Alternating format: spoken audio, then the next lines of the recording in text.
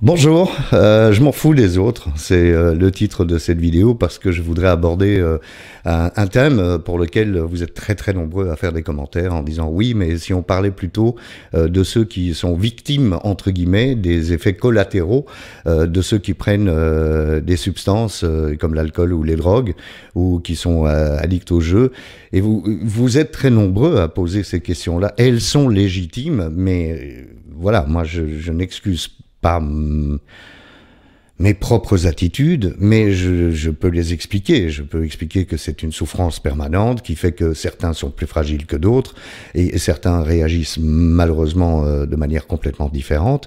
Moi, je fais partie de ceux qui sont alcooliques, drogués, addicts en général et qui sont tombés dans l'excès pendant toute leur vie sans s'en apercevoir. Alors, ça n'excuse pas. Je cherche pas ici à excuser les alcooliques ou les addicts en général. Je cherche simplement à expliquer, voilà, le processus. Donc vous avez raison de pointer du doigt que ceux qui nous entourent, hein, nous les addicts et les alcooliques, ceux qui nous entourent souffrent et souffrent énormément. Pourquoi? Parce qu'ils voient qu'il y a quelque chose qui ne va pas. Tout le monde m'a toujours dit oui, mais enfin bon, tu sais, s'il est comme ça, c'est parce qu'il a perdu sa maman très jeune. Alors oui, ça n'excuse pas le fait de perdre sa maman très jeune, d'avoir des attitudes lamentables.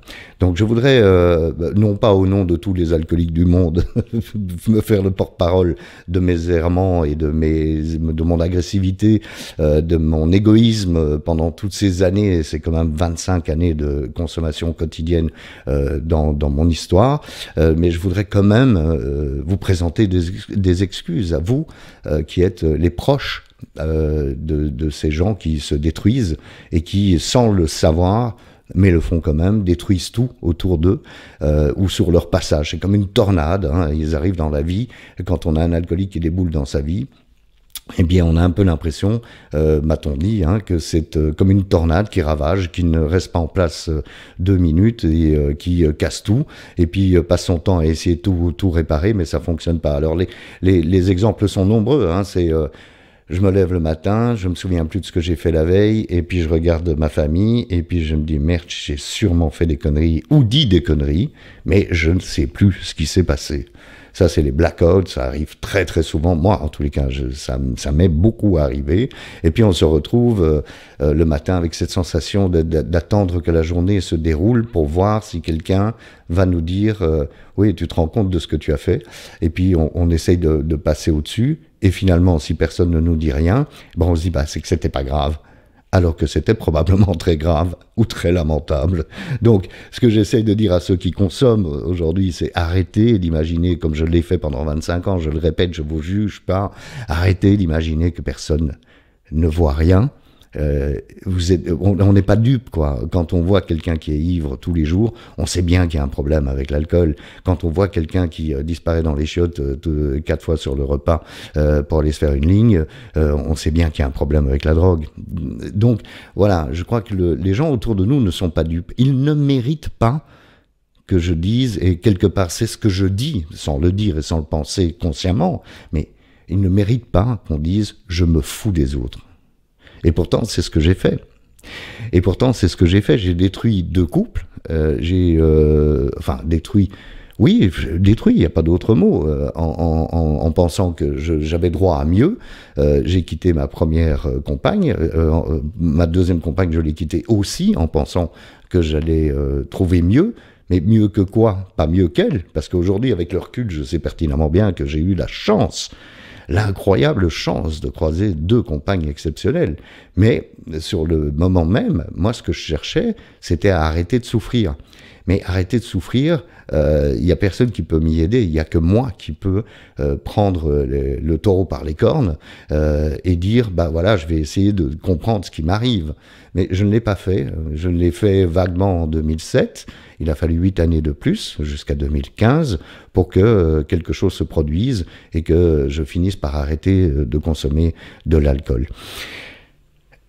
Je me fous des autres. Est-ce que vraiment je me fous des autres? Non, mais il faut quand même comprendre que dans l'état, parce que encore une fois, je le vois avec un recul de plusieurs années d'abstinence, dans l'état dans lequel j'étais, je ne me préoccupais pas de ce que pouvaient penser les autres, sauf quand je savais que j'avais exagéré et que j'avais peur qu'on me fasse une remarque. Et si on me faisait une remarque, d'ailleurs, je devenais instantanément agressif en disant « Oui, mais enfin, ça arrive à tout le monde » ou peu importe l'excuse.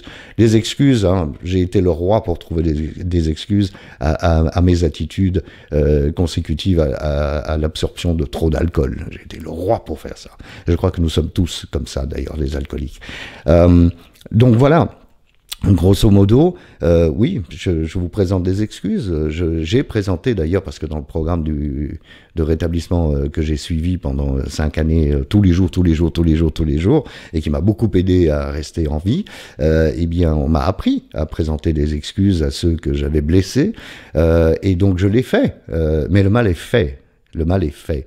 Donc à vous qui me regardez, qui êtes plus ou moins conscient, où vous vous posez un peu la question, est-ce que je ne bois pas trop, est-ce que je ne fais pas trop ceci ou trop cela, est-ce que je ne suis pas en train de faire du mal aux autres, eh bien je vous dirais oui, probablement que oui, mais voilà, il faut un moment, un déclic pour faire un examen de soi-même. Moi, je sais que j'étais égoïste pendant ces 25 années de consommation d'alcool au quotidien.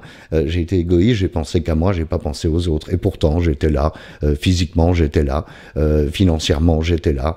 On faisait une belle famille, en tous les cas, ou un beau couple, mais j'étais dans mon monde à moi, complètement anesthésié par les quantités d'alcool que je pouvais boire.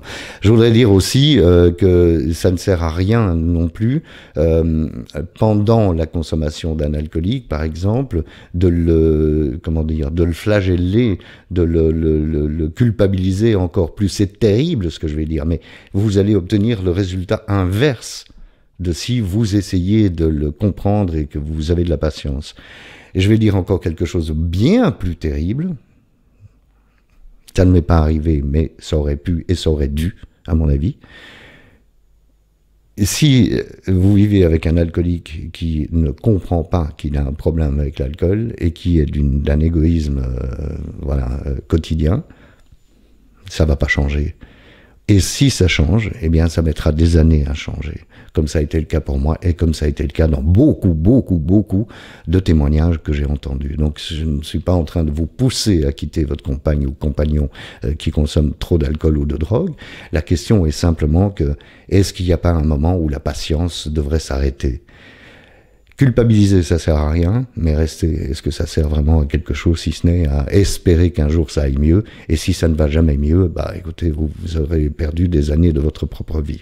Voilà, je sais que c'est un peu dur, mais j'avais envie de partager ça avec vous, suite à vos nombreux commentaires sur les réseaux sociaux, et par mail, de dire, bon bah voilà, vous parlez beaucoup des gens qui souffrent, parce que voilà, ils ont des problèmes psychologiques et des souffrances de l'enfance et du coup ils boivent, mais vous parlez pas beaucoup de ceux qui sont autour de vous, les alcooliques, et qui nous souffrons beaucoup. Je le sais, je peux pas parler tout le temps de ça parce que encore une fois, je peux pas culpabiliser le monde entier. Ce qui est certain, c'est que nous sommes égoïstes, je suis égoïste, j'ai été égoïste, j'essaye aujourd'hui de me rendre utile, j'essaye d'être un peu plus agréable, et voilà, ça c'est l'abstinence qui peut l'apporter. Donc espérons que nous soyons un jour le plus d'abstinents possible, en tous les cas ceux qui n'ont pas les moyens de boire raisonnablement, on devrait s'abstenir, donc vive l'abstinence. D'accord ? Allez, à bientôt. Au revoir.